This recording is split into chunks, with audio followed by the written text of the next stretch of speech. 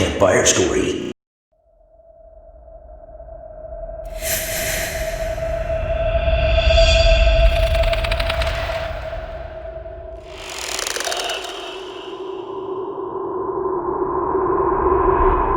Have you ever heard the sound a scalpel makes as it slides over bone?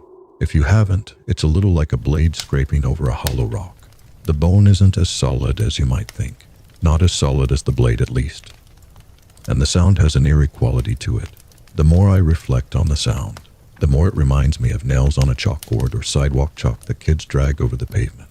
It's a weird noise that sets your hair on edge and makes you grit your teeth against the intrusive grinding. I've had a lot of time to think about that sound in the years following my wife's death. That was the sound, though, that woke me that night. It had been a long week, the department reeling over a series of brutal murders. And this was the first night I had got to sleep in my own bed in almost 4 days. I had been crashing in the break room, sleeping in my car, and living one cup of coffee at a time while we tried to track this sadist son of a bitch. I know many cops in the same situation, but as most of us are locals, the desire to see this guy brought to justice is palpable. The killer had been sticking to a certain area. My area, actually. He was killing with no pattern, no particular demographic, and seemed to be sticking to those in this particular part of town. These were low to middle income families, people who couldn't just afford to up and leave because a crazy killer was on the loose. No matter how heinous the crimes were, and the crimes were absolutely heinous. 7 different victims, none of them having anything in common, had been found with their faces skinned down to the bone and removed. The whole face. It was as though someone had cut the face off, skinned it down to the skull, and took it with them when they left. Nothing was ever taken from the apartments. No messages were ever left. And the killer never lingered after doing their strange deed. We called him a killer, but the victims were usually still alive when they left. They died from the blood loss afterward, sometimes living for hours, lying there as they watched their life leak away as they screamed wetly. The last one was a store owner, well-liked in the community. The one before that was an 80-year-old grandmother. Before that, it was a 19-year-old girl who was popular with the boys in the neighborhood, a bike messenger, a beat cop, an aspiring actress, a high school student who was once a beauty queen. None of these people even knew each other. There was no connection besides where they lived, and no one could find even a single person that any of them knew in common. The only connection they all had was being well-liked.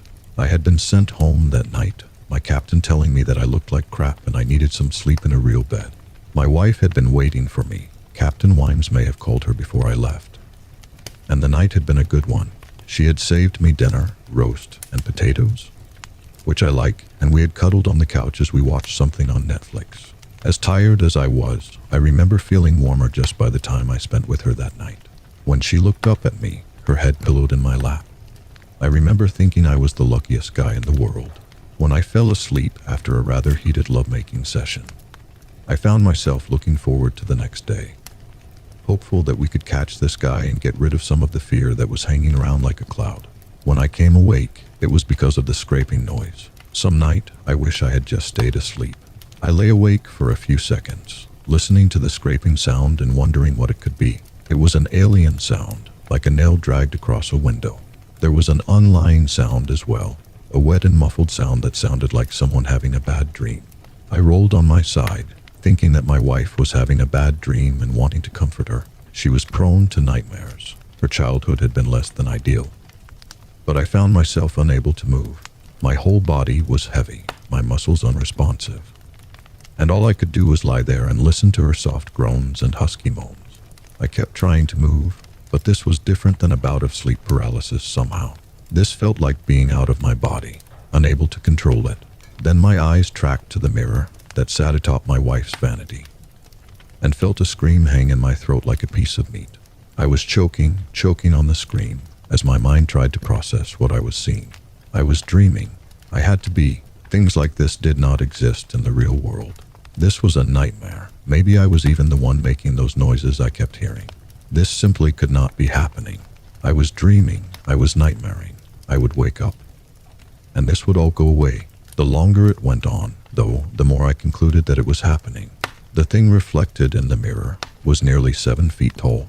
It crouched in the bedroom, leaning over my wife as it slid one long finger over her face. Its head was large, like a large gray baby doll head, with the face covered by a grotesque mask that looked stuck on.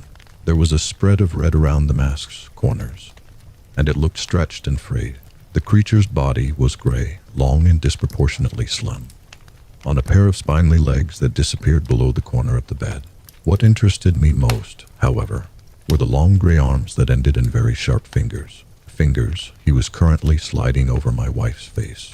He was taking that long finger along the same track, again and again, and I could just see a trickle of blood sliding down one of her cheeks as I watched helplessly. I could see a trench working its way through her skin, the blood beginning to run more freely as he went. His eyes, his overly expressive blue eyes, followed the finger's path as he worked, and I tried with all I had to break out of whatever held me. The too big head looked up from its work, and I realized I was shaking a bit as I watched him. His hand stretched out, impossibly long, and one of those claws came to rest in my ear. It was cold and wet, like a fish that's been plucked from a stream. Suddenly, my shuddering stopped, and I realized why I couldn't move. This thing had done something to me, had done something to my wife. I was forced to lay there and watch as he went about his work. The process was not quick. Whatever tool he had at the end of his wrist must be dull indeed. He had to make the circuit for nearly an hour and a half, and my wife's muffled cries were becoming more and more piteous. The blood was really coming down now, pooling on the bed and turning the white sheets a deep red. I saw my wife starting a shudder, thinking she might come out of it. But he touched her with one of those claws, put the tip in her ear, and she went still again. I was going to have to watch as he took her face. At some point, I realized that, but all the realizing in the world wouldn't prepare me for it. Finally, after what felt like hours, he pulled the finger back and bent low over her face. He brought both hands up, 10 scalpel fingers peeling the face I had loved so much from her to white skull. That's the other sound I will never forget until the day I die. The sound of my wife's face being peeled away sounds like nothing so much as Velcro separating. I saw it in the murky glass as it came free, and for just an instant, I could see the creature's face too. It pulled off the old mask, and I realized too late that it was the face of the shopkeeper we had found a few days ago. It it put the face into its mouth, and as it chewed, I could see a face like a swollen potato. Its mouth like a carved jack-o'-lantern sneer. Its rubbery teeth chewed at the flesh as those eyes stared blankly into space. It had a pair of way too expressive blue eyes, and for a moment, I thought they might have come from a doll. They looked at me suddenly, locked mine as I stared into the mirror. Those horrible blue eyes held my gaze for a count of 20 before it slapped the new face on with a wet chuck sound. Those eyes stared back at me through the eye holes of my wife's detached face, and the creature went out through the window without a second look back. Those eyes, peeking jealousy out of my wife's face, were the worst part, and that face haunts my dreams every night. By the time I could move, she was dead. She came out of it before I did, though. She lay on the bed, gasping wetly, and calling for me. I didn't know if she could see me. Did her eyes still work? She passed out a few times as she tried to turn her head, finally just laying in her own blood and calling for me softly. She wanted me to save her, wanted me to wake her up from this dream. It was impossible for her to be dying in her own bed after having her face cut off. I began to get some feeling back in my arms as her voice trailed off. I could flex my fingers, but my arms didn't start to work until after she had slipped off. The light had begun to peak, and by the time I could fall out of bed and scramble for the phone, I told them everything. I told them about the creature. I told them about its long claws. I told them about the paralyzing dread. I told them how it had taken my wife's face and left out the window. Their response was to send me to a therapist, to give me time to grieve, to have my work with a hypnotherapist to try and decide if I had actually seen something. I suffered through the bereavement period. I went to the therapists and told them what they wanted to hear. They wanted to tell me that the creature was a way for my mind to cope with what had happened. I knew better, though. I used that downtime to gain information on this creature. There wasn't much to go on. The crimes had all been committed within 2 blocks of each other, all in a central location, all in the part of town that housed several large apartment complexes. I asked around, seeing if anyone had seen anything like it, but I got a few answers. Some of the homeless people told me they had seen something skulking about lately, but most of them were too strung out to be credible. A few of them led me to an abandoned underground station that had once been central to the area, but now stood abandoned. The homeless didn't stay there anymore, and if they did, they stayed forever. Or so they told me. After a month of bereavement, I came back with my information compiled and ready to hand to the chief. But I returned to a very different work environment. No one believed that I had seen a monster steal my wife's face. And I began to hear rumbles around the station that I was a suspect now. A 15-year officer had just laid there and watched his wife have her face taken off. Not likely. It seemed more likely that I had been out all night and came home to find her like that. It seemed more likely still that I was the killer, banking on the idea that my reputation would put me above suspicion. I didn't care. I knew what I had seen, and I took my information straight to my boss. My boss, however, was in another camp altogether. Is this how you've spent your period of mourning? I wanted you fresh, all this monster stuff out of your system. The others already think you're unhinged. The ones who don't think you're the killer. You need to be careful talking about this kind of crap around here. Get back to your desk. You're on light duty until further notice. And I don't want another word about this damn monster. I see it behind my desk, already planning my next move. If it was proof that they wanted, it was proof I'd give them. I left early that afternoon and went home to prepare. I packed a bag. I took my service pistol and a shotgun from the hall closet. The little pump action fit nicely into my camp sack, as well as a rope, a flashlight, and some trail bars. I dressed warmly, the November weather already becoming frigid after dark, and I looked back at my apartment before leaving, unsure I'd ever see it again. A glance at my wife's portrait on the mantel, though, was enough to send me on my way. This creature wouldn't be wearing her face for long. The old underground was a dilapidated relic, a toothless mouth that gaped out of the pavement. The gate was locked, but I had been told the fence was cut around the back. Some industrious vag had made a neat little hole to scurry through, and I entered the perimeter without much fuss. The sun had begun to set as I flipped on the flashlight, and it cast a red glow across the grimy tiles. The glow was gone after the second staircase, and I was plunged into true darkness. The outside had looked bad, but the inside was a ruin.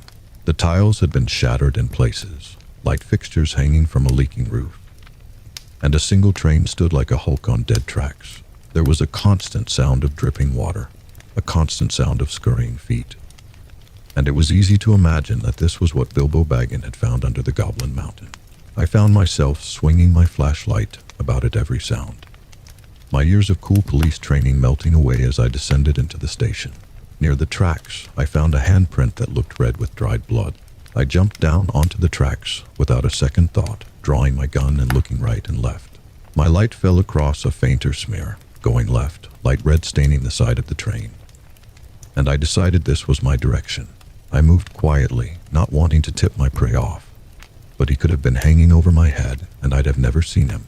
If he lived here, he could probably see in the dark, and bringing a beacon with me would be as good as screaming down the tunnels.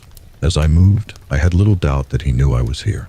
The deeper in I went, the worse the scuttling and the sittering became. I told myself it was rats, but how sure of that was I? How sure was I that the scrabbling I heard wasn't the sound of those sharp fingers scampering across the ceiling? How sure was I that that scrabbling was the sound of his equally long toes? Toes I had never seen, gripping the pavement and moving his body along in a quiet scuttle. As I took another corner, I could swear that something big moved just out of my flashlight beam. I held it there for a count of 12 before turning away and continuing down the tunnel. The blood smears were all but gone, but I felt drawn deeper in as I took turns at random. It was almost as if I could hear my wife's voice calling me, and I had little doubt that he knew I was here now. I had even less doubt when he fell onto my back, slamming my head against the floor and sending my gun spinning out of my hand. I blacked out, and when I came to, I wished I had died. I was laid across a metal bench somewhere deep in the tunnels. An eerie light lit the space, some kind of plant life maybe, and I found I was paralyzed again when I tried to move. That was when my wife's face, a face made terrible by those two expressive eyes, loomed over me, and I'd have cringed away if I were not held by whatever power the creature had. It studied me, maybe it even recognized me, but its regard was terrible as it came from a face I loved so much. Her face was decomposed, rotting away as it clung to the creature's skull, and I felt something goopy fall onto my cheek as he leaned in close to inspect me. I had only thought it couldn't get any worse, but that was before he pressed that finger to the cleft in my chin. He He began to circle, the claw digging against my skin as he slid the nail around and around and around my face. It didn't hurt at first, it was little more than a discomfort. And I began to wonder how long he had been carving at my wife. I stared at him, and he stared back, those baby blues boring into me. His eyes were mesmerizing, terrifying as they held unwaveringly still. And as the minutes stretched into hours, I began to feel my face heating up. It was subtle at first, just a little warmth around my chin and forehead. But as the circling finger went round and round, I felt like someone was holding a lighter to my skin.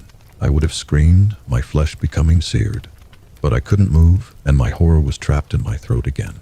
I started to feel the flood as it slid down my cheeks and head. First, it was just a trickle, a damp line or two. But soon it was running in rivulets. Soon I could feel my flesh parting from my skull. Soon I could feel that sizzling heat as it cut my skin. And I felt as though I must pass out, I must black out from shock. There was no way that everyone was awake as he cut their living face from their body. It was impossible. It was sick. It was. He pulled the finger back, suddenly, and I realized with real horror what was about to happen. All 10 fingers gripped my flesh, and I tried to pull away then. Maybe I could still make it to a hospital. They could fix me. They could make this right. There was no way he was going to take my face. This wasn't how it was supposed to go. It wasn't supposed to. He gripped my face, and I heard that same Velcro ripping as my own face came free of my skull. Then he devoured my wife's face as I watched as slapped my own across the gore-soaked canvas that was his lumpy head. He hooted then, hooted and cried in his strange, unknowable language. He turned to a deeper tunnel and cried out in pure pleasure as he fulfilled whatever ritual he was performing. Whatever dark spell he needed these faces for. I hoped he would let me go now. I had lost a lot of blood, but maybe I could still get some medical attention. I felt groggy, weak, but when I heard something struggling out of the depths of the tunnel, I felt something heavy settle into my guts. What fresh hell was this? Out of the darkness, lit only by whatever phosphorescence dwelt down here, came a hulking thing that slid on long gray limbs. It was spider-like, a massive gray blob that pulled itself along on something like tentacles, each of them ending in the same hooked fingers as the creature. It lowered its equally mushy face to the creature, taking in the face, and I heard something speak in a voice made of broken glass. "Does it please mother? Do I please motha?" It cried, and that voice was full of hope and terrible longing. The gray creature seemed to contemplate for a long moment before it opened its shapeless mouth and whispered a single, horrible word in a language like snakes crawling across a naked face. Ugly. Then it pulled itself back into the depths, and I heard the creature sobbing as it fell to its gray knees and wept. Then, suddenly, I was running. My mind had set itself to autopilot, and my body and mind simply could take any more. Myself pushed against this thing and its terrible need, and my body propelled itself away before this knowledge could do my brain lasting harm. I ran and ran, blind in that lightless world, as the blood trickled down my naked face. If the creature came after me, I never knew. If the thing that wore my face came after me, I never knew. I was running 1 second, the darkness pressing in all around me. And the next, my world was full of light, and I was falling into oblivion. The next thing I knew, I was in a hospital, being told how lucky I was to be alive. An undercover cop had followed me to the underground entrance, and had waited to question me when I came back out. When I didn't come out for several hours, he called in people to come look for me. Those people had heard me screaming through the tunnels, caught sight of my faceless form in their flashlights, and caught me just before I fell. I had nearly died on the way there. I had simply lost too much blood, and my body was in some kind of shock. They had sedated me, my night terrors causing me to buck and scream. And I had spent nearly a week in a hospital bed.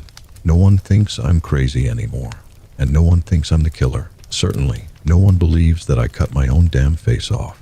I'm writing this as a warning to anyone living in the area. Get out, leave your home, and get out. This creature has no rhyme or reason for his actions. He seeks only to gain something that I believe he will never find.